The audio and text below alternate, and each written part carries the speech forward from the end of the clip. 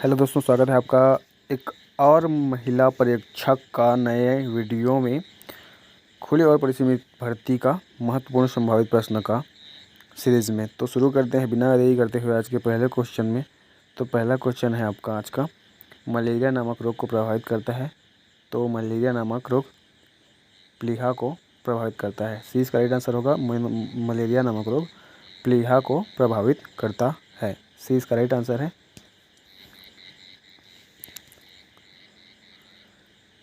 अगला क्वेश्चन है, काली खांसी के लक्षण क्या है। तो काली खांसी के लक्षण है खांसी, छींके और बहती नाक। खांसी, छींके और बहती नाक काली खांसी के लक्षण हैं। सी इसका राइट आंसर है। आयरन न्यूनता के सर्वाधिक जोखिम में मौजूद जनसमूह है। तो आयरन न्यूनता के सर्वाधिक जोखिम में मौजूद जनसमूह है नवजात शिशु एवं बच्चे, गर्भवती हो सकने वाली आयु की महिलाएं, गर्भवती महिलाएं, उपर्युक्त सभी। गर्भावस्था में ऊर्जा की आवश्यकता बढ़ जाती है क्योंकि इसके लिए अतिरिक्त ऊर्जा चाहिए होती है। तो गर्भस्थ शिशु और गर्भनाल की वृद्धि, मातृ की वृद्धि, उपरोक्त दोनों के लिए अतिरिक्त ऊर्जा चाहिए होती है, इसलिए गर्भावस्था में ऊर्जा की आवश्यकता बढ़ जाती है। घेंघा घेंघा गाइटर से संबंधित है। तो O2 थायराइड ग्रंथि से संबंधित है घेंघा। घेंघा से संबंधित है O2 थायराइड ग्रंथि। खराब आहार और अस्वास्थ्यकर परिवेशी स्वच्छता का प्रमुख कारण है। सी मलेरिया। खराब आहार और अस्वास्थ्यकर परिवेशी स्वच्छता का प्रमुख कारण है मलेरिया। राष्ट्रीय टीकाकरण कार्यक्रम के अनुसार गर्भवती माता के लिए कौन सा टीका अनुशंसित है। तो राष्ट्रीय टीकाकरण कार्यक्रम के अनुसार गर्भवती माता के लिए टेटनस टॉक्साइड का टीका अनुशंसित है। पौष्टिक व पोषक आहार जो सभी वृहद एवं सूक्ष्म पोषक तत्वों एवं खाद्य समूहों की दृष्टि से संपूर्ण होता है तो क्या कहलाता है। तो संतुलित आहार। संतुलित आहार कहलाता है। राइट आंसर है इसका ए। इनमें से कौन एक मच्छर वाहित रोग नहीं है। तो नींद की बीमारी एक मच्छर वाहित रोग नहीं है। फाइलेरियासिस, डेंगू, ज्वर, मलेरिया यह सब मच्छर के काटने से होता है, मच्छर वाहित रोग हैं। इनमें से कौन सा रोग जीवाणु संक्रमण से होता है। तो टेटनस जो है वो जीवाणु संक्रमण से होता है। ए इसका राइट आंसर है टेटनस। टेटनस रोग जीवाणु संक्रमण से होता है। वे आहारीय कारक जो आयरन अवशोषण घटा देते हैं। तो आंतों की गतिशीलता अधिक होना, फाइलेट और ऑक्जेलेट की उपस्थिति, हाइपोक्लोरहाइड्रिया, उपर्युक्त सभी। उपर्युक्त सभी इसका राइट आंसर होगा। उपर्युक्त सभी वे आहारीय कारक हैं जो आयरन अवशोषण को घटा देते हैं। स्वास्थ्य पेशेवरों द्वारा पंचभोजन समूह प्रणाली का उपयोग किया जा सकता है। तो पोषण संबंधी आकलन एवं जांच के साधन के रूप में, पोषण संबंधी परामर्श के साधन के रूप में, रोगी को उपचारात्मक आहार समझाने के लिए। तो उपर्युक्त सभी इसका राइट आंसर है डी। उपर्युक्त सभी इसका राइट आंसर होगा। अगला क्वेश्चन है यहाँ पर, आयोडीन न्यूनता विकार की रोकथाम के लिए आयोडीन संपूर्ण की न्यूनतम सुझावित मात्रा प्रतिदिन है। तो 100 से 150 माइक्रोग्राम, 100 से 150 माइक्रोग्राम न्यूनतम सुझावित मात्रा प्रतिदिन है। अर्धवार्षिक कृमि मुक्ति योजना जो साप्ताहिक आयरन एवं फोलिक अम्ल संपूर्ण योजना का घटक है, एल्बेंडाजोल की मात्रा प्रदान करती है। तो 400 मिलीग्राम एल्बेंडाजोल की मात्रा प्रदान करती है। इनमें से कौन सा पोषक तत्व अधिक ऊर्जा प्रदान करता है। तो वसा इसका राइट आंसर होगा।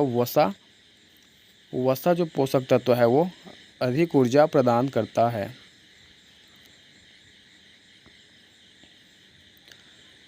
MMR का प्रतिरक्षीकरण देने के लिए आवश्यक न्यूनतम आयु है। तो MMR का प्रतिरक्षीकरण देने के लिए आवश्यक न्यूनतम आयु है 12 माह 18 माह, 12 माह और 18 माह, 12 माह से 18 माह। आहार में अत्यधिक सरल कार्बोहाइड्रेट होने से हो सकता है। तो आहार में अत्यधिक सरल कार्बोहाइड्रेट होने से मोटापा हो सकता है। आहार में अत्यधिक सरल कार्बोहाइड्रेट होने से मोटापा हो सकता है।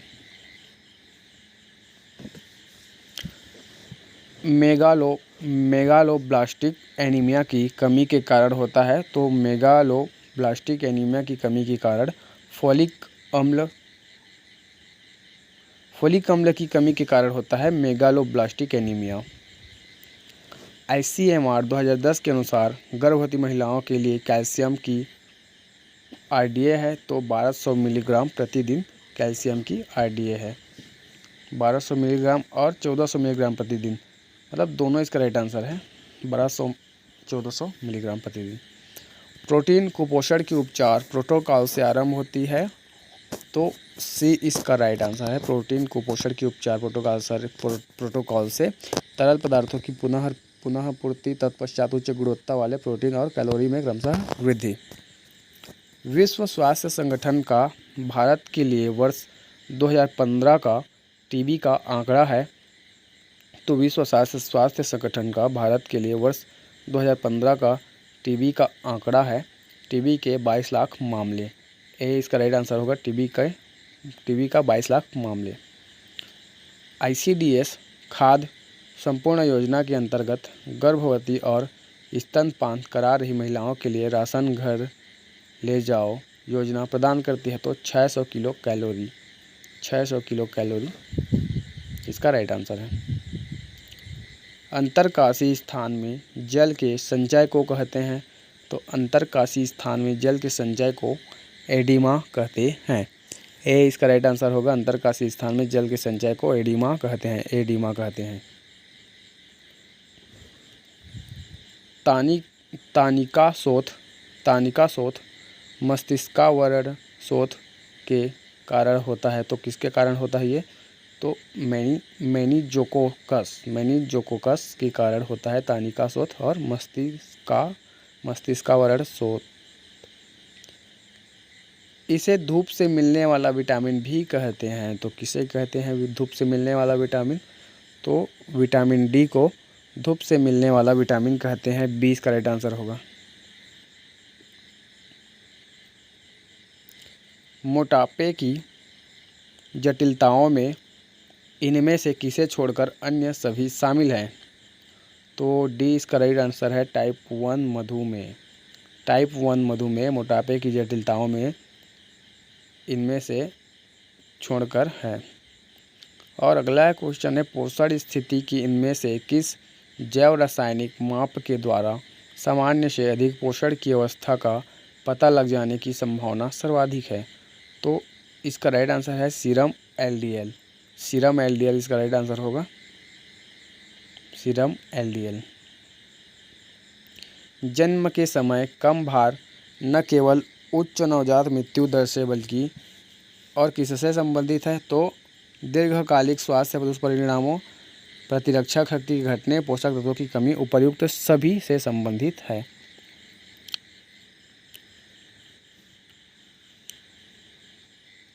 अगला क्वेश्चन है यहाँ पर, चंद्रमुख का लक्षण है। तो चंद्रमुख का लक्षण क्या होगा? तो राइट आंसर है इसका क्वासरकोर। चंद्रमुख का लक्षण है क्वासरकोर।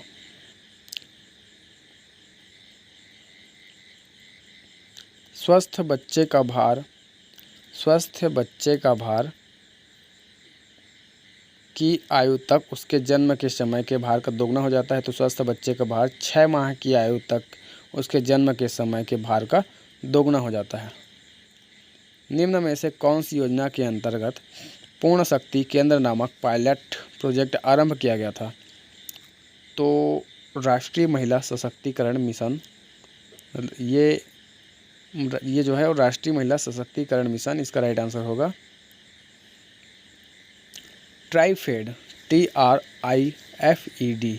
ट्राइफेड का पूर्ण रूप क्या है? तो इसका पूर्ण रूप है tribal cooperative marketing development federation of India limited. C इसका राइट आंसर है। ट्राइफेड का फुल फॉर्म है tribal cooperative marketing development federation of India limited.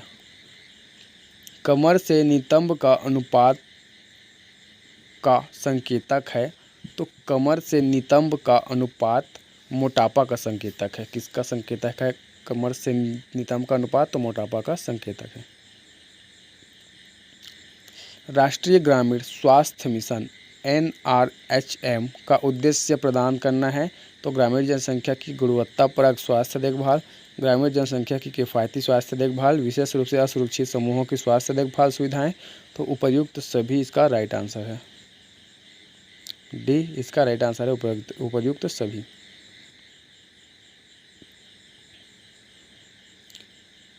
Influenza की रोगोद्वहन अवधि। तो इन्फ्लुएंजा की अवधि क्या होती? 1 से 7 दिन की होती है। इसका राइट आंसर है सी। इन्फ्लुएंजा की रोगोद्वहन अवधि 1 से 7 दिन होती है। यदि क्या हो तो स्तनपान नहीं कराते हैं तो इसका राइट आंसर उपयुक्त सभी होगा। माता किसी दीर्घकालिक रोग से पीड़ित हो, स्तनपान के दौरान पुनः गर्भवती हो, माँ का दूध पूरी तरह रुक चुका हो या बच्चे के लिए अपर्याप्त हो तो स्तनपान नहीं कराते। वृद्धि, ऊर्जा, मरम्मत और रख रखाव के लिए शरीर को जिस पदार्थ की आवश्यकता होती है वह है तो प्रोटीन है। वो जिस शरीर को जिस पदार्थ की आवश्यकता होती है ये सब के लिए तो वो है प्रोटीन। वृद्धि, ऊर्जा, मरम्मत और रख रखाव के लिए प्रोटीन की आवश्यकता होती है शरीर को। भारतीय संदर्भ में पुरुष एवं महिला का आदर्श शरीर भार क्रमशः है। तो भारतीय संदर्भ में पुरुष एवं महिला का आदर्श शरीर भार क्रमशः 60 किलोग्राम एवं 55 किलोग्राम है। 20 का राइट आंसर होगा 60 किलोग्राम एवं 55 किलोग्राम। लाल रक्त कोशिकाओं का जीवन चक्र होता है। तो लाल रक्त कोशिकाओं का जीवन चक्र 120 दिन का होता है। सी इसका राइट आंसर है। लाल रक्त कोशिकाओं का जीवन चक्र 120 दिन होता है। अगला क्वेश्चन है मातृ मृत्यु दर को किसके रूप में व्यक्त किया जाता है? तो प्रति 1 लाख गर्भावस्थाओं पर गर्भवती महिलाओं की मृत्यु की संख्या के रूप में व्यक्त किया जाता है मातृ मृत्यु दर को। डी इसका राइट आंसर होगा। संतुलित आहार में कार्बोहाइड्रेट से प्राप्त कुल कैलोरी का प्रतिशत के बीच होना चाहिए। तो 60 से 70% के बीच होना चाहिए कुल कैलोरी का प्रतिशत। संतुलित आहार में कार्बोहाइड्रेट का कुल प्रतिशत जो है 60 से 70% के बीच होना चाहिए। अंतर्राष्ट्रीय महिला दिवस कब मनाया जाता है? तो अंतर्राष्ट्रीय महिला दिवस 8 मार्च को मनाया जाता है। अंतर्राष्ट्रीय महिला दिवस 8 मार्च को मनाया जाता है।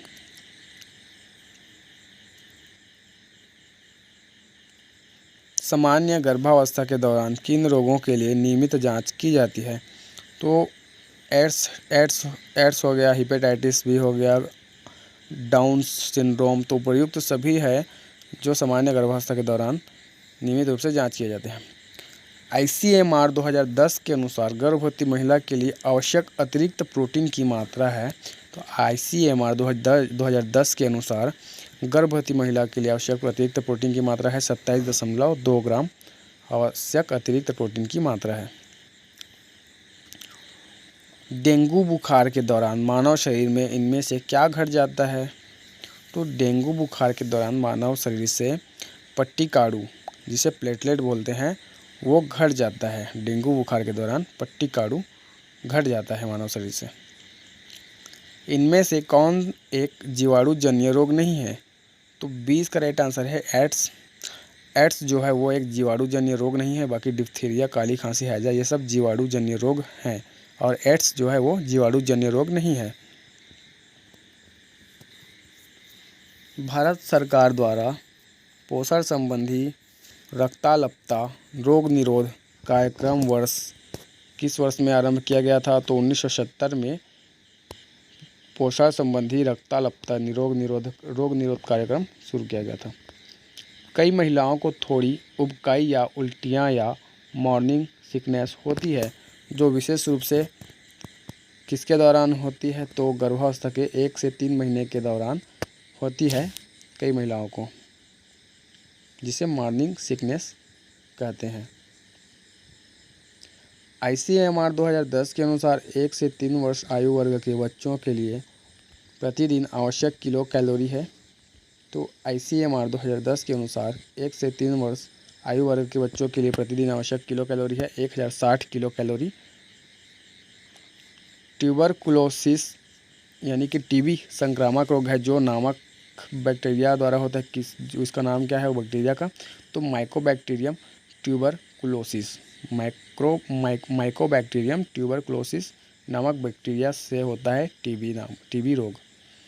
नवजात शिशुओं को किसकी रोकथाम के लिए ट्रिपल एंटीजन वैक्सीन दिया जाता है? तो नवजात शिशुओं को डिप्थीरिया, काली खांसी और टिटनस की रोकथाम के लिए ट्रिपल एंटीजन वैक्सीन दिया जाता है। 20 का राइट आंसर है। गर्भवती महिला के आहार में इनमें से किसे शामिल नहीं किया जा सकता? तो गर्भवती की महिला के आहार में गर्भवती महिला के आहार में अल्कोहल और धूम्रपान को शामिल नहीं किया जा सकता। बाकी उन्हें फल, सब्जी, दूध के उत्पाद, अनाज सभी की आवश्यकता होती है।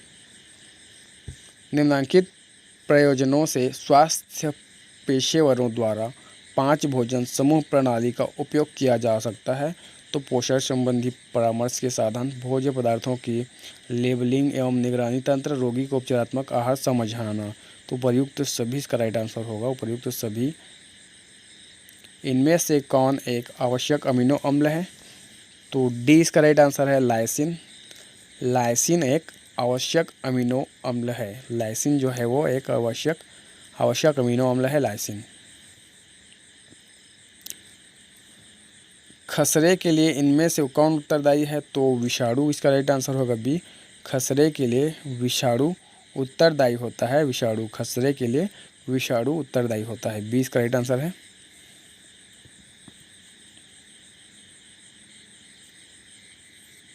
इनमें से कौन सा विटामिन शरीर में संश्लेषित हो सकता है? तो विटामिन डी जो है वो शरीर में संश्लेषित हो सकता है। सी इसका राइट आंसर होगा, विटामिन डी। विटामिन डी शरीर में संश्लेषित हो सकता है। गर्भवती और स्तनपान करा रही महिलाओं में PEM को प्रभावित कर सकता है। तो गर्भस्थ शिशु की वृद्धि, गर्भस्थ शिशु की पोषण स्थिति, गर्भस्थ शिशु की उत्तरजीविता दर। उपर्युक्त सभी। गर्भावस्था के दौरान खराब ढंग से नियंत्रित मधुमेह का जोखिम बढ़ा देती है। तो प्री एक्लेम्सिया, समय से पहले प्रसव, सिजेरियन जन्म। उपर्युक्त सभी इसका राइट आंसर है। नाभि रज्जु जो कि गर्भनाल है, नाभि रज्जु के संक्रमण के संकेतों में शामिल है। तो आधार का लाल या सूजा हुआ दिखना, रक्तस्राव होते रहना, पीला या सफ़ेद मवाद निकलना। उपर्युक्त सभी इसका संक्रमण का संकेत है, नाभि रज्जु का। काला अजार नियंत्रण कार्यक्रम किस वर्ष में हुआ था? तो काला अजार नियंत्रण कार्यक्रम 1990-91 में हुआ था। 20 का राइट आंसर है। किस न्यूनता रोग को 3 DS का रोग कहा जाता है? 3 DS का रोग कहा जाता है। तो पेलाग्रा जो है उसे 3 DS का रोग कहा जाता है। सी इसका राइट आंसर है, पेलाग्रा। प्रोटीन की कमी से हो सकता है। तो प्रोटीन की कमी से उत्तेजना यानी कि जलन या खुजली हो सकता है। प्रोटीन की कमी से उत्तेजना, जलन या खुजली हो सकता है। डी इसका राइट आंसर है। अवांछनीय परिणामों के जोखिमों के बिना गर्भाधान करने हेतु उपयुक्त आयु रेंज है। तो अवांछनीय परिणामों के जोखिमों के बिना गर्भाधान करने हेतु उपयुक्त आयु रेंज है 20 से 35 वर्ष। 20 से 35 वर्ष अवांछनीय परिणामों के जोखिमों के बिना गर्भाधान करने की आयु है। मेरास्मस से पीड़ित बच्चे में इनमें से कौन सा लाक्षणिक प्रकटन दिखाई देता है? तो सामान्य से कम तापमान, निर्जलीकरण, पानी जैसे दस्त। उपर्युक्त सभी मेरास्मस से पीड़ित बच्चे में लक्षण दिखाई देते हैं।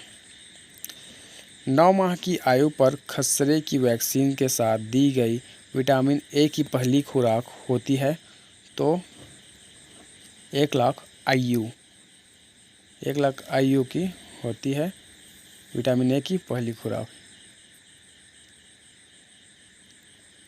वह प्रक्रिया जिसके द्वारा व्यक्ति का प्रतिरक्षा तंत्र किसी एजेंट के विरुद्ध दृष्टिकृत हो जाता है कहलाती है तो प्रतिरक्षीकरण।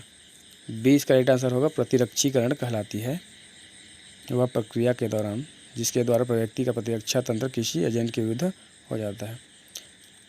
ICDS में संशोधित पोषण संबंधी मानदंडों फरवरी 2009 से के अनुसार गर्भवती महिलाओं और स्तनपान करा रही महिलाओं को दी जाने वाली ऊर्जा एवं प्रोटीन की मात्रा क्रमशः होनी चाहिए 600 किलो कैलोरी और 18 से 20 ग्राम। इसका राइट आंसर है सी, 600 किलो कैलोरी और 18 से 20 ग्राम। BCG का पूरा नाम इनमें से कौन सा है तो BCG का पूरा नाम है बैसिलस कॉमेट गुएरिन। BCG का पूरा नाम है बैसिलस कॉमेट गुएरिन। सी इसका राइट आंसर है बैसिलस कॉमेट गुएरिन। सार्वभौमिक प्रतिरक्षीकरण कार्यक्रम के अंतर्गत जिस रोगों से संरक्षण दिया गया है वह है डिप्थीरिया, पोलियो, क्षय रोग।